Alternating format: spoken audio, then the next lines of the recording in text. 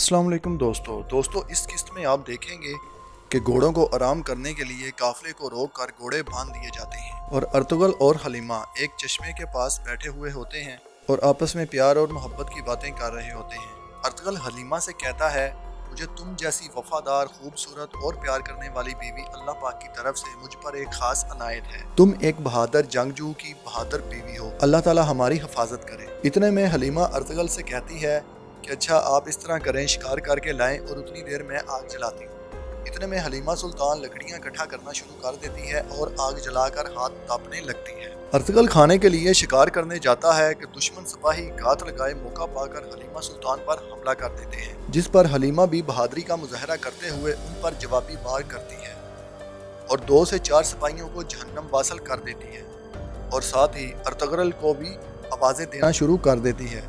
मुर्गी का शिकार करने में मसरूफ होता है और हलीमा की आवाज़ सुनकर भागकर आता है और इतने में एक दुश्मन सिपाही हलीमा पर वार करने लगा होता है कि अर्तुगल उसके ऊपर तीर दागता है, जिससे वो जहन्नम वासल हो जाता है और दूसरे दुश्मन सिपाहियों को अर्तुगल और हलीमा मिलकर कत्ल कर देते हैं और फिर एक दूसरे के गले मिलते हैं और हलीमा कहती है कि आप हजरत खिजर की तरह मेरी मदद को आए।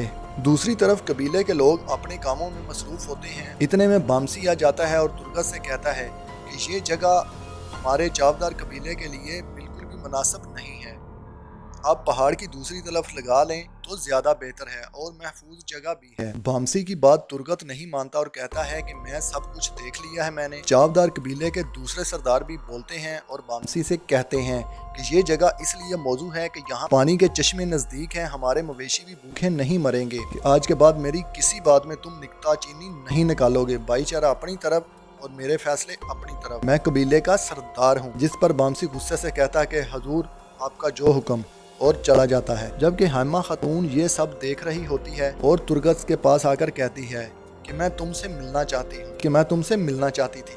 जिस पर तुर्गत कहता है कि अम्मा आपको आने की जरूरत क्या थी, भला आपने मुझे पैगाम भिजवा दिया होता, मैं खुद चलकर आपके पास कबीले चला आता। दूसरी तरफ इसके बाद सादुद्दीन के कमरे में शमसुद्दीन आता है और सादुद्दीन शमसुद्दीन को भगाने की कोशिश करता है कि सुल्तान मुअज्जम रियासत की तंजीम साजी कर रहे हैं और नया जानशीन मुकर्रर कर रहे हैं और आपको नजरअंदाज करके किसी और शहजादे को इस मनसब पर बिठाया जा रहा है, वगैरह वगैरह। जिस पर शमसुद्दीन गुस्से में आता है और सादुद्दीन से कहता है कि ये सब कुछ तुम मुझे क्यों बता रहे हो। जिस पर सादुद्दीन कहता है कि कैलेच अरसलान बतौर नए सुल्तान होंगे।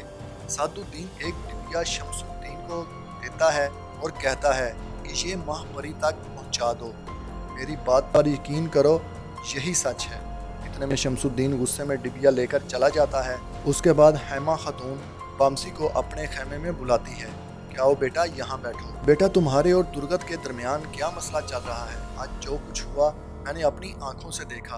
बेटा हम सबको इकट्ठे रहना है और आपस के प्यार मोहब्बत को परवान चढ़ाना है। जिस पर बामसी जवाब में बताता है कि तुर्गत का लिया गया फैसला बिल्कुल गलत है। चावदार कबीले के लिए जो जगह का इंतखाब किया गया है वो बिल्कुल मुनासिब नहीं है अम्मी जान, वो जगह गैर महफूज है और हम दुश्मन का शिकार हो सकते हैं। हलीमा खातून बामसी से कहती है कि बेटा बामसी, तुर्गत के कंधों पर भारी बोझ है, उसकी हमायत किया करो। बामसी हलीमा खातून से कहता है कि अम्मी जान आप फिक्रमंद ना हो, आप जैसा कहेंगी वैसा ही होगा। अब मैं चलता हूँ, इजाज़त चाहता हूँ, शुक्रिया। दूसरी तरफ महापरी अपने महल में टहल रही होती है और शमसुद्दीन से कहती है कि कितनी शर्म की बात है कि सुल्तान कैलेच अरसलान को सुल्तान बनाएगा, मेरे बच्चों को छोड़कर। इतने में शमसुद्दीन वो डिबिया महापरी को पेश करता है और कहता है कि ये डिब्बी सादुद्दीन ने आपके लिए भेजी है और कहा है कि तमाम सवालों का जवाब इस डिबिया में है, कबूल करें। महापरी जब डिब्बी को खोलती है तो उसमें एक अंगूठी होती है जिसके ऊपर एक मोहर कुंद हुई होती है। वो अंगूठी को स्याही लगाकर सफ़े पर लगाती है तो क्या देखती है कि उस पर नाम सुल्तान गियासुद्दीन का लिखा हुआ है। शमसुद्दीन गुस्से में महापरी से कहता है कि ये सादुद्दीन करना क्या चाहता है।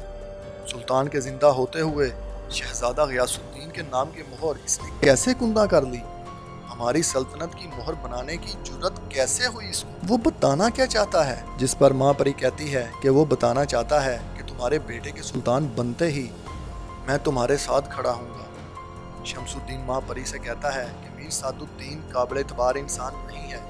जिस पर महापरी कहती है कि मैं जानती हूँ पर महल में हमें उसकी ताकत की ज़रूरत है। इतने में अर्तुगरुल और हलीमा उस महल में पहुँच जाते हैं जहाँ हलीमा सुल्तान का और उसके भाई का बचपन गुजरा और वो पले बड़े।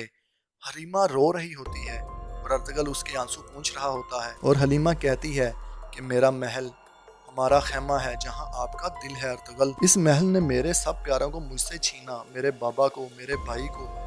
ये मत भूलिएगा कि हर दरवाजे के पीछे जहरीले सांप छुपे हुए हैं। और दूसरी तरफ सादुद्दीन नई चालें चल रहा होता है। अर्तुगरुल और हलीमा सुल्तान को माह परी से मुलाकात के लिए उसके पास ले जाया जाता है। अर्तुगरुल कहता है कि यकीन नहीं अर्तुगरुल तंज़ी अंदाज में कहता है कि यकीन नहीं आता कि सुल्तान के गद्दारों का सफाया हो गया है। माह परी को ये बात लगती है और कहती है कि ये अदावत ख़त्म नहीं की आपने जो कैंसर की तरह फैली हुई थी। जिस पर अर्तुगरुल कहता है हमारी रियासत पूरी दुनिया में फैल रही है और हम हर गुजरते वक्त के साथ साथ एक से बढ़कर एक गद्दार को पकड़ रहे हैं और उसका सर कुचल रहे हैं और जहन्नम वासल कर रहे हैं।